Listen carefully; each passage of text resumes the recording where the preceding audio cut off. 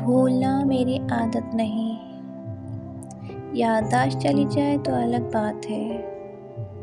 तुम्हारी याद आती है हर सांस के साथ। सांस चली जाए तो अलग बात है।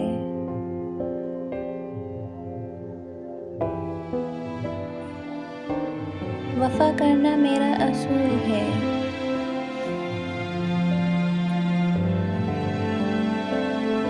मौत आ जाए तो अलग बात है।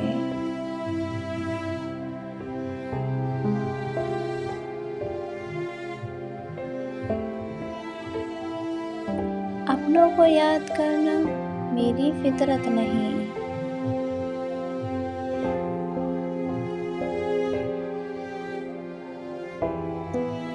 अपने ही अजनबी हो जाए तो अलग बात है। वीडियो पसंद आए तो लाइक करें, चैनल को सब्सक्राइब करें और ज़्यादा से ज़्यादा आगे शेयर करें। अल्लाह हाफिज़।